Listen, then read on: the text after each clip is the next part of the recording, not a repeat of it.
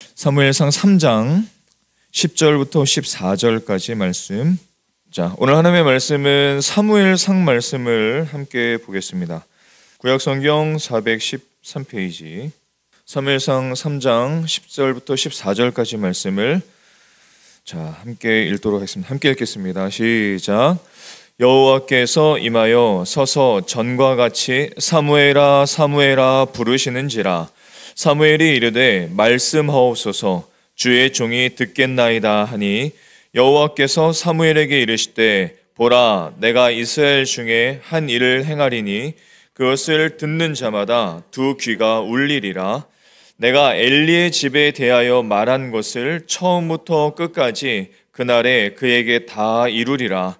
내가 그의 집을 영원토록 심판하겠다고 그에게 말한 것은 그가 아는 죄악 때문이니 이는 그가 자기의 아들들이 저주를 자청하되 금하지 아니하였음이니라.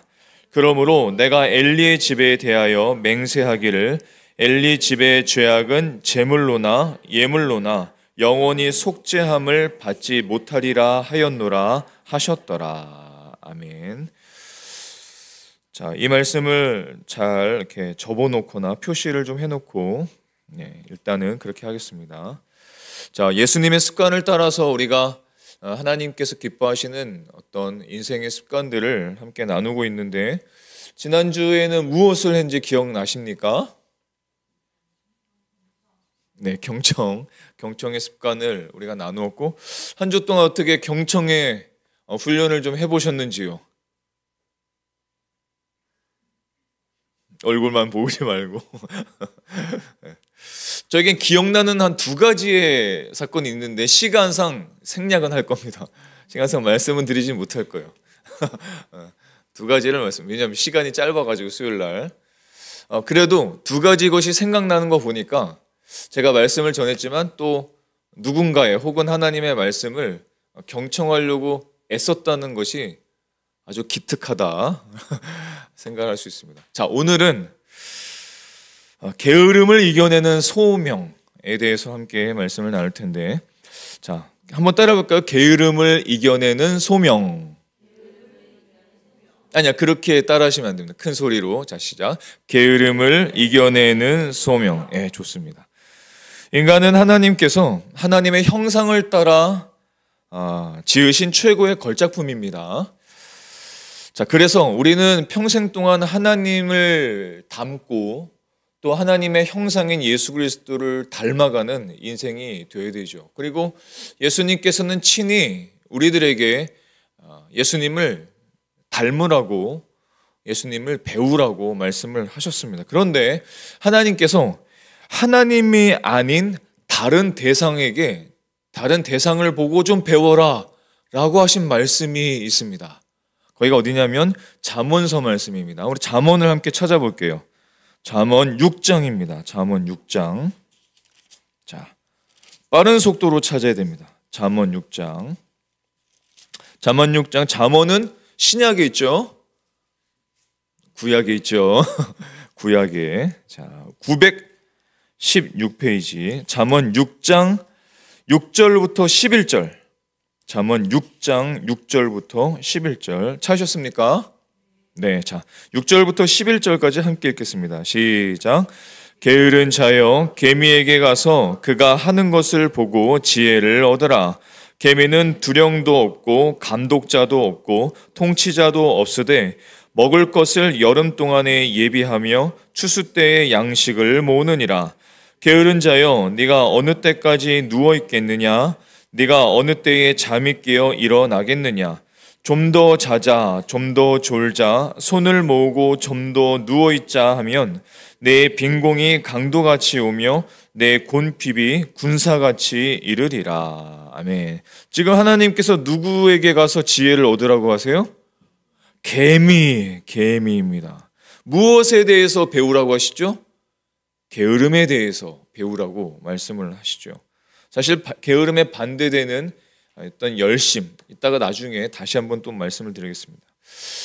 그것을 좀 배우라라고 말씀하십니다. 그래서 이 말씀뿐만 아니라 이 잠언에는 게으름에 대한 하나님의 경고와 하나님의 지혜가 가득 차 있습니다. 이 말씀뿐만 아니라 굉장히 많이 잠언서에 기록되어 있어요. 자, 좀 찾겠습니다. 자, 잠언서 26장을 펴겠습니다.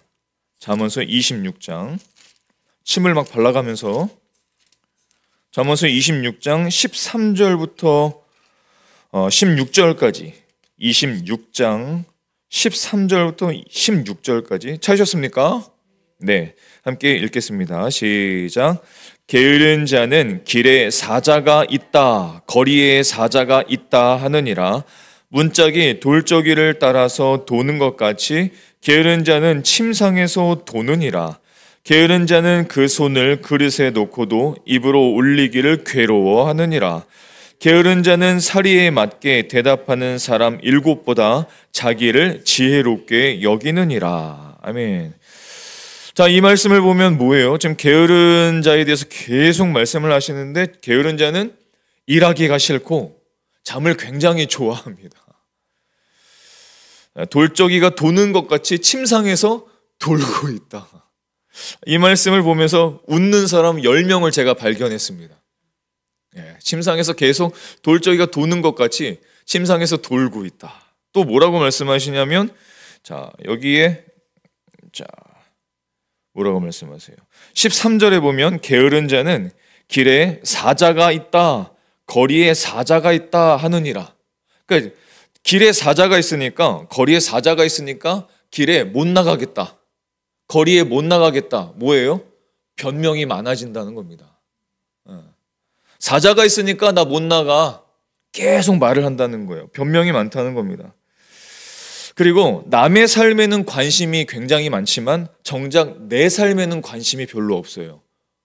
남의 삶을 들여다보는 시간은 굉장히 많은데 정작 내 삶을 들여다보는 시간이 굉장히 적습니다. 자, 그리고 16절의 말씀을 한번 더 볼까요? 16절의 말씀을 보면 게으른 자는 사리에 맞게 대답하는 사람 7보다 자기를 어떻게 생각한대요? 지혜롭게 생각한대요. 아니, 사리에 맞게 대답하는 사람 7보다 자기를 지혜롭게 생각을 한다는 게 뭔 뜻일까요? 자기는 굉장히 지혜롭다고 여긴다는 겁니다. 일하기도 싫어. 굉장히 남의 삶에 있는 관심이 많고 자신에게 주어진 소중한 시간을 낭비하면서도 자기 자신은 지혜로워라고 생각한다는 겁니다. 사실은 어리석다는 것이죠. 자, 뿐만 아니라 잠언서에는 굉장히 또 말씀이 많은데 이 게으른 사람에게는 끝이 정해져 있다는 아주 굉장히 충격적인 말씀도 있어요. 자, 잠언 12장을 한번 가볼까요? 잠언 12장을 한번 펴보겠습니다. 자, 잠언서에 굉장히 많죠. 그래서 어떤 사람들은 잠언을 보기도 싫어하는 사람들이 굉장히 많습니다. 잠언 12장 24절의 말씀을 한번 찾아보실까요?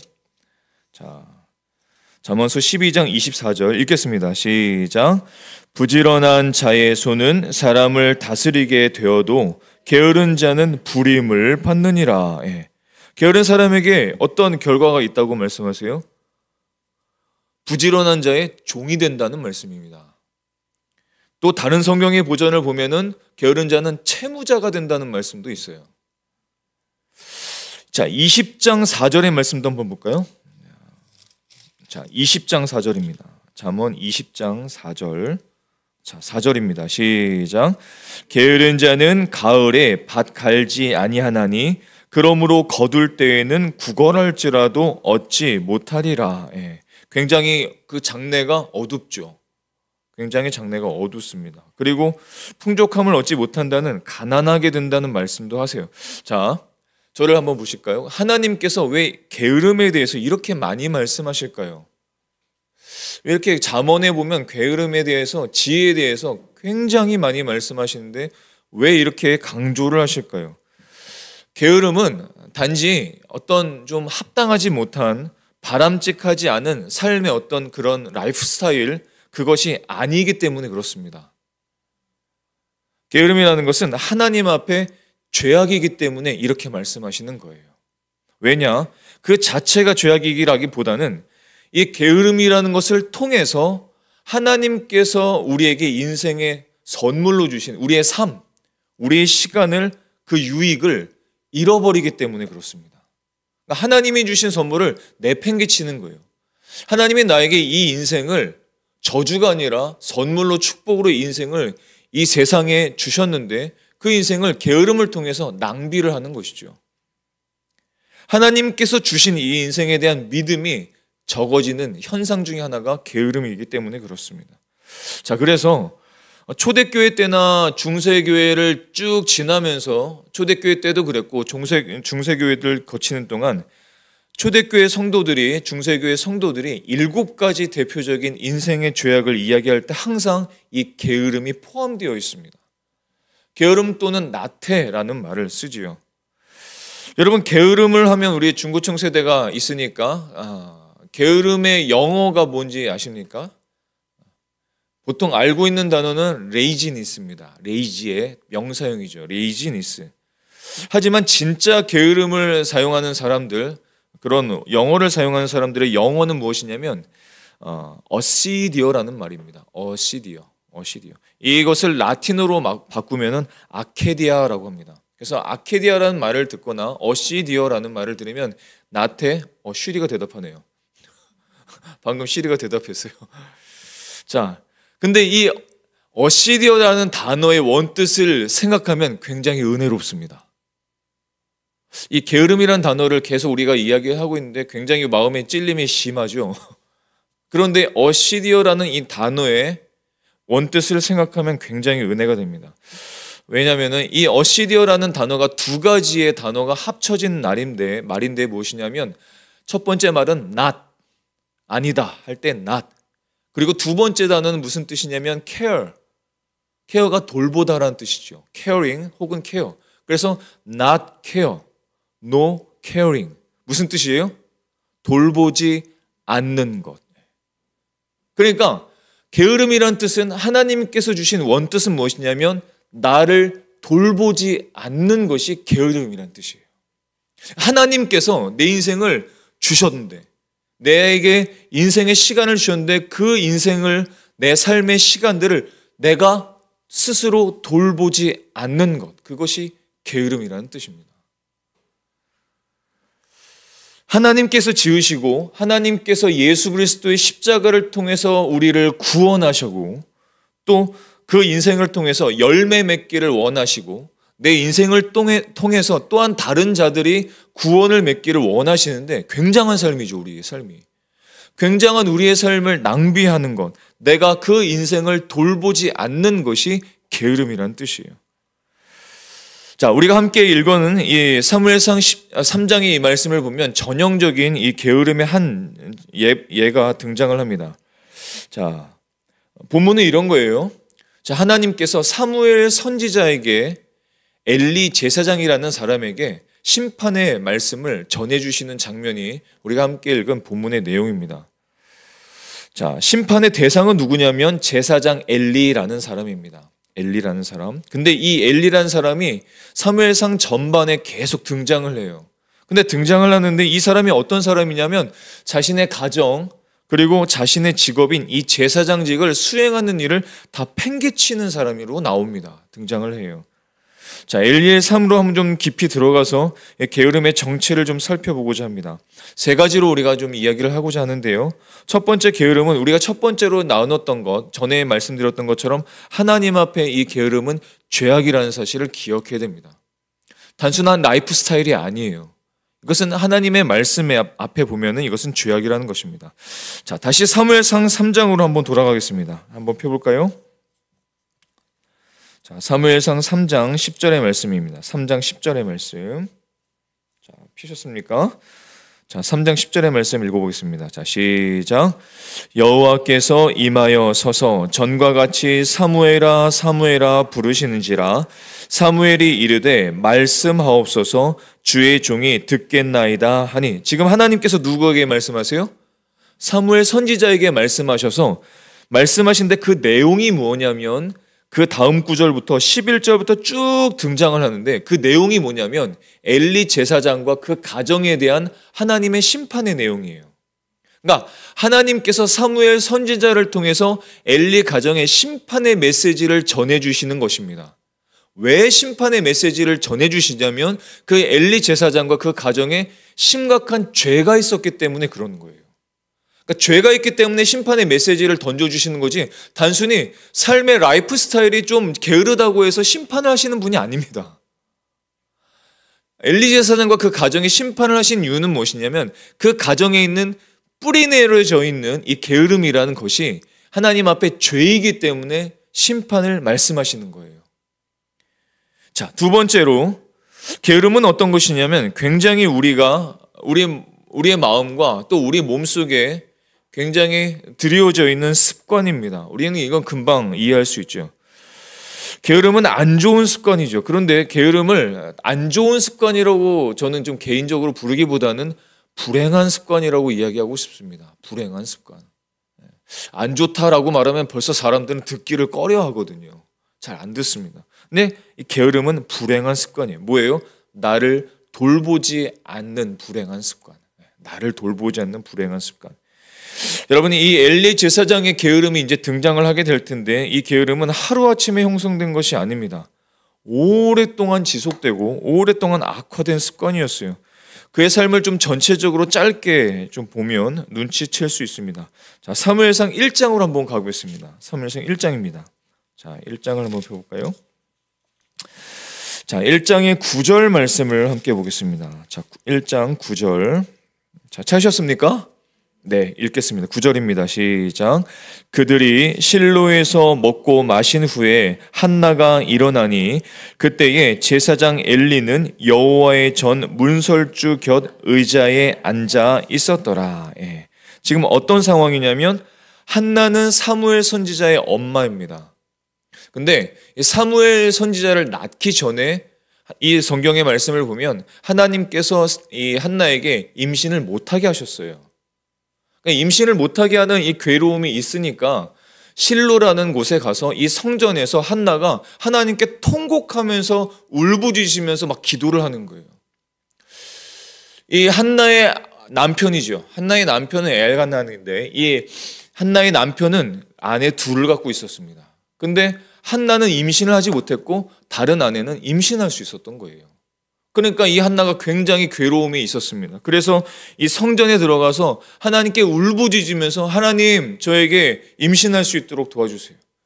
내가 아이를 낳을 수 있도록 도와주세요. 그 아이를 하나님께 드리겠습니다. 이렇게 서원하면서 기도를 한 것입니다. 그래서 그것이 이제 있는 말씀, 9절에 있는 말씀. 실로에서 먹고 마신 후에 한나가 일어나는 그 장면입니다. 그런데 한나가 마음이 괴로워서 성전에서 통곡하고 기도하고 이제 일어나는데 엘리를 한번 보십시오. 자, 9절의 말씀 끝에 보면 그때의 제사장 엘리는 여호와의 전 문설주 곁 의자에 어떻게 하고 있어요? 앉아 있습니다. 제사장 엘리는 앉아 있으면 안 돼요. 제사장은 함께 이 한나와 함께 기도를 하거나 이 제사를, 이 예배를, 이 기도를 옆에서 도와주어야 되는 사람입니다. 지금 엘리는 어떤 상태냐면 자신의 직분을 망각한 상태예요. 그냥 문설주에 걸터 앉아 있었던 겁니다. 이렇게. 지금 당사자는, 예배자는 마음이 아파서 통곡하면서 하나님께 기도하고 있는데 제사장, 말하자면 지금 목회자죠. 목사라고 할 수도 있습니다. 이 목회자는 그냥 문설주에 저 예배실도 아니고 저 현관에 걸터 앉아서 그냥 있었던 겁니다. 말씀을 전하지도 않고 옆에서 함께 기도하지도 않아요. 그냥 앉아 있었던 겁니다. 여러분, 피곤하면 앉을 수 있죠. 피곤하면 누울 수 있습니다. 그냥 앉아 있었다고 지금 하나님께서 뭐라 하시는 것이 아니에요. 자, 왜냐? 14절을 한번 보겠습니다. 자, 1장 14절. 자, 14절 말씀을 읽어보겠습니다. 시작. 엘리가 그에게 이르되 네가 언제까지 취하여 있겠느냐? 포도주를 끊으라 하니, 지금 엘리가 한나에게 지금 이렇게 이야기를 하는 겁니다. 지금 한나는 통곡하면서 울면서 기도하고 일어선 상태예요. 그 마음을 한번 상상해 보세요. 그런데 엘리는 그런 것도 몰라. 운지도 몰라. 기도한지도 몰라. 그냥 지금 한나에게 뭐라고 말하냐면 네가 언제까지 취하였겠느냐? 포도주를 끊어라. 지금 말도 안 되는 이야기를 하는 겁니다. 지금 엘리는 제사장인데도 불구하고 문설주 옆에서 앉아 있으면서 아무런 관심이 없다가 한나가 기도하고 나왔는데 지금 취한 줄 알고 이런 말도 안 되는 이야기를 하고 있는 거예요. 사실 이 장면으로 보면은 누가 취한 것 같아요? 엘리가 취한 것 같죠. 한나가 취한 게 아닙니다. 누가 취한 상태냐면 사실 엘리가 취한 상태입니다. 그는 기도하고 열심히 기도하고 통곡하고 나온 한나를 보면서 그냥 넋을 놓고 멍하니 앉아있다가 그냥 한나를 보면서 분별력도 없어, 판단력도 없어, 상실한 상태로 그냥 한나를 보면서 말도 안 되는 이야기를 던진 겁니다. 왜요? 습관화되는 이 엘리의 게으름이 자신의 삶을 망가뜨리고 있었던 겁니다. 제사장 직분을 감당하지를 못하는 거예요. 자신의 삶을 감당하지를 못하고 있었던 겁니다. 자, 그런데 이것이 이것으로 끝나질 않아요. 자, 4장으로 함께 보겠습니다. 자, 사무엘상 4장 13절의 말씀을 보겠습니다.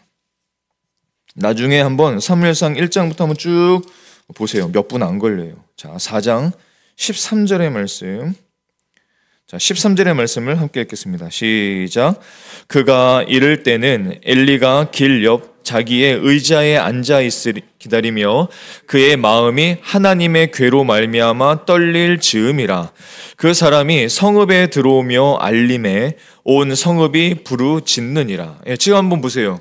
이게 지금 거의 엘리 제사장의 마지막 장면인데 지금 엘리가 뭐 하고 있어요? 자기의 의자에 앉아 기다리며 또 뭐 하고 있어요 지금?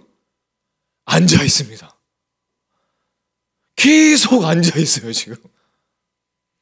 앉아 있는 게 뭐라고 하는 것이 아니라 지금 그의 나태한 게으름을 지금 이야기를 하고 있는 겁니다. 왜 앉아 있는 것이 지금 이 사람이 죄가 되냐, 게으름이 되냐면 앉아 있으면 안 되는 상태였어요. 왜냐하면 자, 그 말씀 13절의 말씀을 보면 그의 마음이 앉아 기다리며 그의 마음이 하나님의 괴로 말미암아 뭐 하고 있어요 지금? 떨리고 있는 중입니다. 앉아는 있어요. 근데 그의 마음은 어떤 상태냐면 떨린 상태입니다. 왜 떨린 상태냐면 하나님의 괴로 말미암아. 이게 무슨 사건이냐면 사무엘상 4장의 초반에 보면 하나님의 법궤, 하나님의 궤 혹은 하나님의 법궤, 하나님의 임재를 상징하는 법궤, 그 법궤를 잃어버렸어요. 이스라엘 백성들은 하나님의 법궤를 잃어버리면 안 됩니다. 특히 이 제사장의 가장 첫 번째 되는 의무가 무엇이냐면 법궤를 관리하는 것이 제사장의 의무예요. 그런데 하나님의 법궤를 잃어버렸습니다. 제사장이 갖고 있는 가장 중요한 임무가 완전히 안 되는 거죠, 지금. 법궤를 잃어버린 상태라서 지금 떨린 상태인데 떨려서 지금 법궤를 하나님 앞에 하나님 법궤를 잃어버렸어요. 법궤를 찾을 수 있도록 도와주세요. 내가 법궤를 관리해야 되는데 관리를 전혀 못했어요. 하나님 나를 용서해 주시고 내가 이렇게 회개하니까 기도하니까 법궤를 찾을 수 있도록 도와주세요 라고 회개하면서 통곡하고 성전에서 기도해야 되는 것이 정상이죠. 근데 지금 엘리는 어떤 상태예요 또? 그냥 앉아있는 상태입니다. 마음은 떨려, 마음은 괴로워, 하지만 아무것도 안 하고 있는 상태. 왜? 의자에 앉아서 게으른 상태가 그의 습관이기 때문에 그렇습니다. 계속 앉아있는 거예요. 마음은 떨고 아무것도 못하고 있는 겁니다. 이 사람은 계속 앉아있습니다. 하나님의 법궤를 빼앗겼을 때, 하나님의 임재의 상징을 빼앗겼을 때 그것을 찾을 수 있어야 되는데 행동을 하든지 기도를 하든지 하나님께 회개를 하든지 근데 그 책임을 다 잊어버리고 있었던 것이죠. 그냥 떨기만 하면서 앉아 있었던 겁니다. 왜? 오래된 습관 때문이었어요. 법궤를 찾을 수 있도록 기도해야 됐었던 것이죠. 자, 근데 이것이 18절로 인해서 굉장히 큰 일로 번져지게 됩니다. 사무엘상 4장 18절 말씀. 자, 18절 말씀을 읽어보겠습니다. 시작. 하나님의 궤를 말할 때에 엘리가 자기 의자에서 뒤로 넘어져 문 곁에서 목이 부러져 죽었으니 나이가 많고 비대한 까닭이라. 그가 이스라엘의 사사가 된 지 40년이었더라. 18절 말씀을 보면 그가 사사가 된 지 몇 년이에요? 40년 동안 그는 앉아 있었던 겁니다. 계속 앉아 있었던 거예요.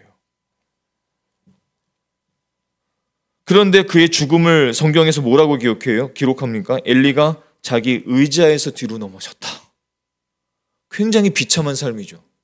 자신의 그 나태한 삶, 게으른 삶을 통해서 결국은 그것 때문에 그 게으른 습관이 그의 인생을 파멸로 이끌어갔던 겁니다. 얼마나 이게 슬픕니까 이게. 너무 슬픈 이야기죠. 제가 이 말씀을 오늘 지난 저녁부터 준비하면서 이 말씀을 제가 처음에 접했을 때 얼마나 충격을 받았는지 생각이 났었어요.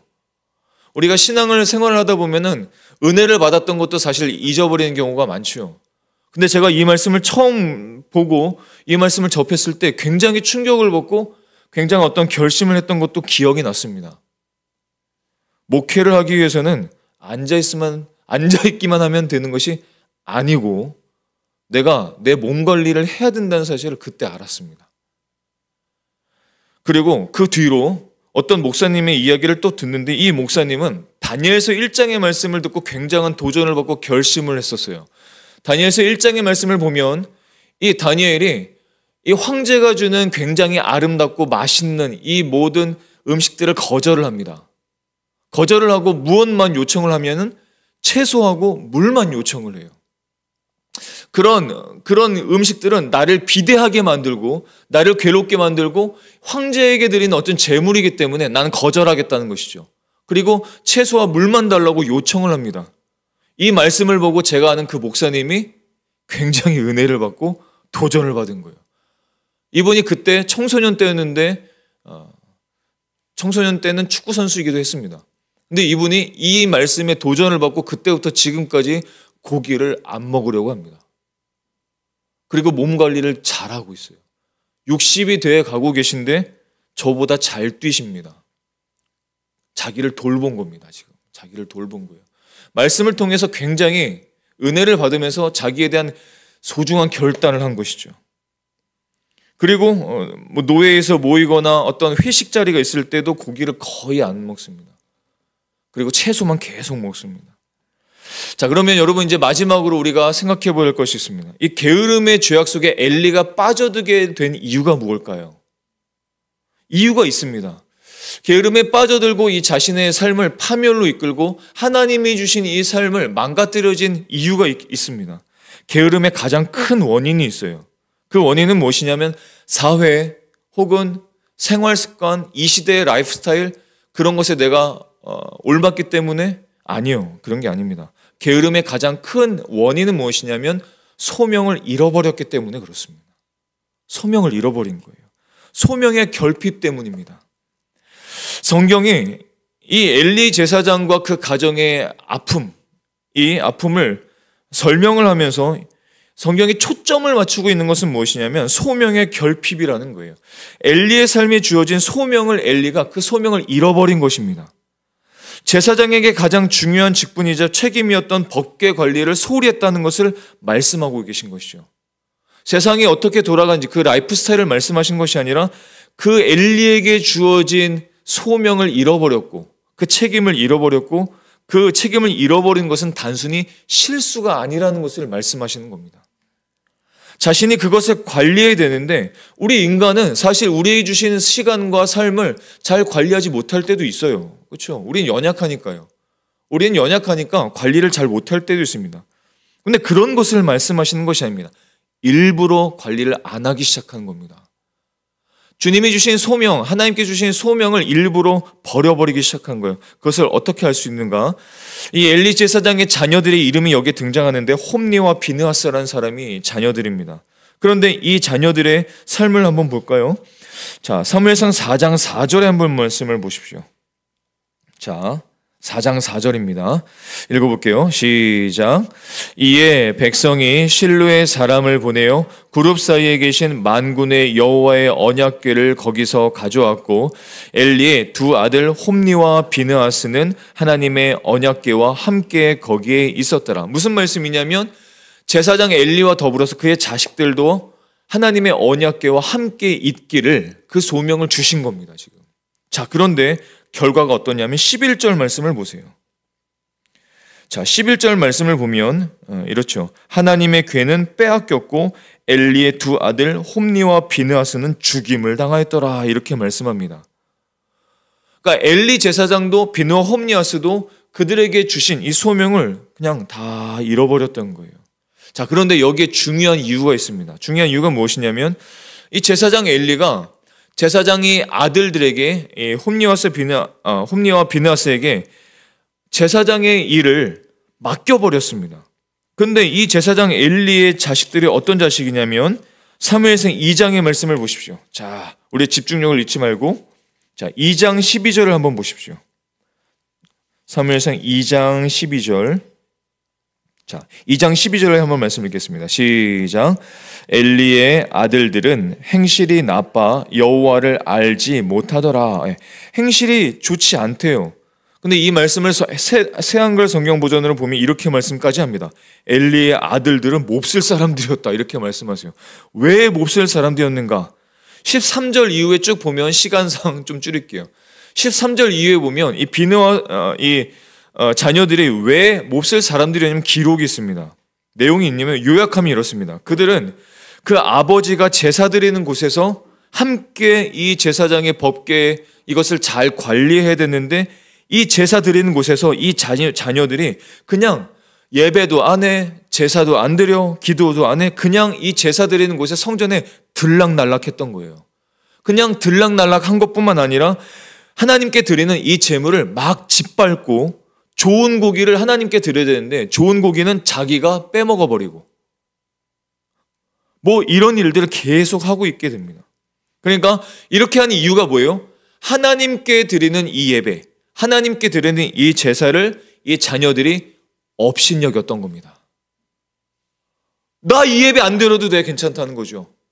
그래서 하나님께 드리는 제물도 내가 마음대로 빼먹어버리고 하나님의 언약궤 담당하는 거 그냥 내버려버리고 자신에게 소명 주신 것도 그냥 잃어버린 겁니다.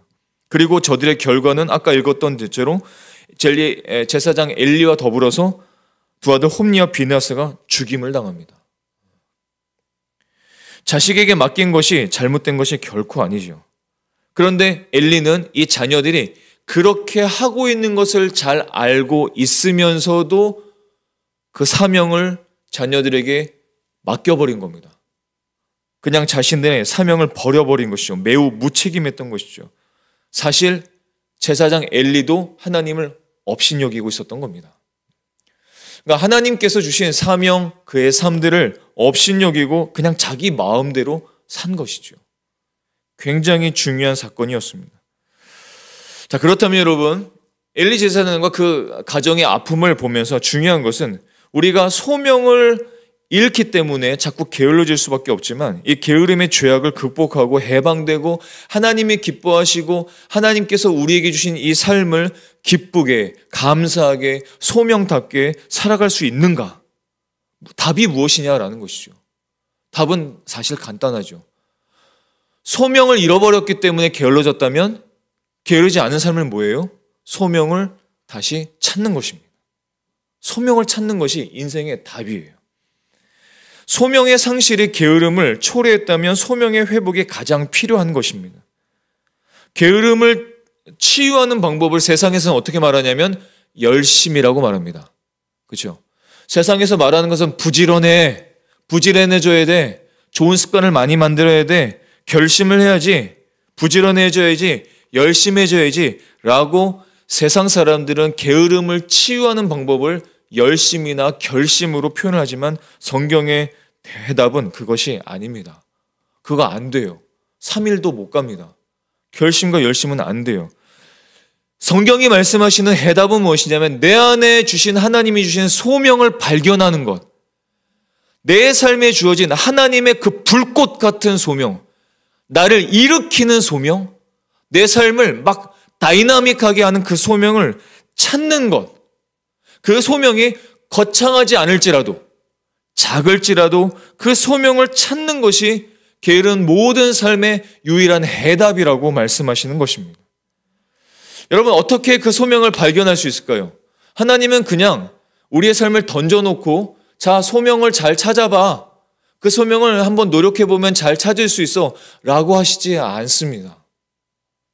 우리에게 주신 소명을 어떻게 찾냐면 나의 성격, 나의 재능, 내가 무엇을 좋아하는가, 내가 어떤 것에 관심이 있는가, 내가 어떤 것에 관심이 없는가, 내가 마땅히 이 세상에서 해야 될 것은 무엇인가, 하나님이 그것 때문에 나를 이 땅에 태어나게 하신 거라고 생각되어지는 것들, 그런 것들이 소명으로 이어지는 거예요. 소명으로 반드시 이어집니다. 하나님께서는 우리가 할 수 없는 것들을 막 하라고 하시지 않죠. 나에게 주신 그 불꽃 같은 소명을 발견하게 되면 신바람이 납니다. 일할 수밖에 없어요. 괴롭고 힘든 일이 생기지만 그 소명 때문에 다시 이겨내게 됩니다. 여러분, 저는 지금 목사입니다. 목사예요. 저는 설교를 하는 사람입니다. 오늘 저희 아버지를 만났는데 설교를 하는 것이 쉽냐고 질문을 하세요. 뭐라고요? 설교하는 게 어떻게 쉬워요? 설교하는 건 어렵습니다. 매일매일 설교해도 설교는 어려워요. 그런데 설교가 굉장히 재미있습니다. 굉장히 제 마음을 들뜨게 합니다. 이 말씀을 나눠서 은혜를 받을 사람들을 생각나게 하고 그것을 기대하게 합니다. 물론 직장을 다닐 때도 그랬어요. 그 직장의 일 때문에 그 거래처의 사람들이 이렇게 일을 해결하게 되고 또 어떤 일을 진취적으로 일할 수 있는 것들을 발견할 때 굉장히 기뻤습니다. 목사도 똑같아요. 하나님의 사명도 똑같습니다. 여러분들의 삶을 잘 들여다보고 하나님께 엘리 제사장의 모습이 아니라 가만히 앉아있는 것이 아니라 하나님께 나가서 주님, 나에게 이런 마음 저러한 재능을 주셨군요. 내가 하나님 이 인생을 살면서 무엇을 하기를 원하십니까? 질문을 던지고 기도한다면, 무릎 꿇는다면 하나님께서 그냥 침묵하시는 분이 아닙니다. 반드시 말씀해 주세요. 관련되어지는 말씀들을 우리에게 깨닫게 해주십니다. 그래서 그 길로 내가 노력하고 수고하고 또 그것을 계속 훈련하고, 그렇죠? 찬양하는 것도 우리가 악기를 연주하는 것도 갑자기 잘하는 게 아니죠. 다윗이 이거를 던져가지고선 골리앗을 빵 죽였죠. 이 골리앗을 하루 이틀 던진 게 아닙니다. 매일 던졌던 거예요. 매일 던졌을 때 그것이 결국은 쓰임받게 된 겁니다. 그리고 다윗은 왕으로 하나님의 소명대로 나아갈 수 있죠. 그래서 하나님께서는 여러분들의 그런 것들을 다 주셨어요. 다 주셨습니다. 모든 사람들에게 다 주셨습니다. 그 은사, 재능, 마음, 소원, 소명 다 주셨습니다. 중요한 건 그것을 발견하는 것이죠. 발견만 하면 이 세상은 두려울 것이 별로 없어요. 그리고 낙심하고 굉장히 어려운 시간이 우리에게 또 나타나겠지만 그 소명을 잃지 않고 살아가다 보면 그 소명에 다시 나를 일으켜 세워줍니다. 굉장하죠. 그래서 중고청 세대에게 예배를 잘 들어라, 아니면 이런 굉장한 교회 일을 해야 된다, 그런 건 중요하지 않습니다. 중고청 세대에서 가장 중요한 일은 무엇이냐면 그 소명을 찾아가는 일, 찾아가는 거예요. 작년도 사실 실버 세대도 마찬가지입니다. 실버 세대가 되었어도 그 소명 못 찾는 사람들이 여전히 많아요. 굉장히 마음이 아픕니다. 그럼 계속 인생을 방황할 수밖에 없어요. 우리가 간절히 원하기는 우리의 세대 가운데 여러분들이 하나님께서 여러분에게 주신 이 소명을 발견하실 수 있기를 축복합니다. 그러면 돼요. 그러면 그 소명이 여러분들을 계속 이끌게 될 것입니다. 저는 성경 속에서 게으름과 가장 멀리 있는 한 분을 잘 압니다. 그분이 누구냐면 예수님이에요. 예수님이십니다. 예수님의 성경 말씀은 성경 속에 있는 예수님을 잘 보세요. 세례 요한에게 세례를 받으시고 하나님의 나라를 전파하시고 수많은 사람들을 고치시고 병자를 낫게 하시고 십자가에 달려 돌아가시고 부활하시고 그래서 제자들 앞에서 승천하시고 또 지금은 하늘 보좌 우편에서 우리를 성령님을 통해서 중보하고 계시고 그분은 쉬지를 않으십니다. 자신에게 주신 소명을 기쁨으로 감당하시죠. 심지어 십자가를 감당하실 때에도 십자가에 넘어 있는 구원받을 우리들을 생각하면서 그 기쁨을 가지고 십자가를 참으셨다고 말씀하십니다. 그래서 그 소명을 잃지 않으셨던 거예요. 그 소명을 잃지 않으셨기 때문에 예수님은 그렇게 부지런히 사역하시고 사람들을 구원하실 수 있었던 것입니다. 하나님께 드릴 열매를 기대하고 수고하면 게으름에 빠지기가 어렵습니다. 그래서 그리스도인으로 살아간다는 것은 게으름에 빠질 여유가 사실 없어요. 왜냐? 내 인생을 통해서 열매를 받으실 하나님을 자꾸 기대하게 되니까 게으를 여유가 사실 별로 없습니다. 그래서 나를 자꾸 돌보게 됩니다. 내 몸을 돌보게 되고 내 영적 생활을 돌보게 되고 내 기도를 돌보게 되고 나만 돌보나요? 아니요. 우리 공동체의 영혼들을 돌보기 시작하죠. 저 영혼들이 예배를 안 드리면 또 돌보기 시작하고 중보하고 기도하기 시작하고 또 한번 메시지를 전하면서 함께 예배해야지 권면을 하고, 뿐만 아니죠. 우리의 가족들이나 혹은 우리의 친지들이나 이웃들에게 계속 하나님의 나라를 전파하고 복음을 쉴 새가 사실 없습니다. 그게 그리스도인의 삶이라는 것이죠. 그게 자신을 돌보고 이웃을 돌보고 교회 공동체를 돌보고 이 지역을 돌보는 사람, 굉장한 사람 아닙니까? 소명을 갖고 있기 때문에 그렇습니다. 그래서 골로새서 3장 23절부터 24절에 이렇게 말씀하시죠. 무슨 일을 하든지 마음을 다하여 주께 하듯 하고 사람에게 하듯 하지 말라. 이는 기업의 상을 주께 받을 줄 아나니 너희는 주 그리스도를 섬기느니라 라고 말씀하셨습니다. 주님은 우리가 하나님의 기쁨이 되기 위해서 수고하고 노력하고 훈련하고 공부하고 또 뭐 운동도 하고 또 서로 교제하고 기도하고 예배하는 것을 단 하나도 놓치지 않으시고 다 사용하실 겁니다. 다 사용하실 거예요. 그리고 우리를 반드시 열매 맺기 위해서 우리의 삶을 반드시 인도해 주실 것입니다. 주님은 그의 택한 주의 백성을 결코 버리지 아니하십니다. 주님께서 여러분들에게 말씀을 통해서 주시는 도전을 한번 마음속에 담고 돌아가시길 바랍니다. 그 도전을 통해서 여러분들의 삶에 소명의 삶이 되길 원하고 그 소명의 삶을 통해서 게으름에 빠져버리는 지금 이 세상에 펼쳐져 있는 어떤 그런 라이프 스타일에 우리가 동화되는 것이 아니라 그 사람들이, 그 세상이 그리스도인의 삶을 배워가고 소명의 삶을 닮아갈 수 있는 저와 여러분의 삶이 되실 수 있기를 주님의 이름으로 축원합니다. 아멘. 기도하시겠습니다.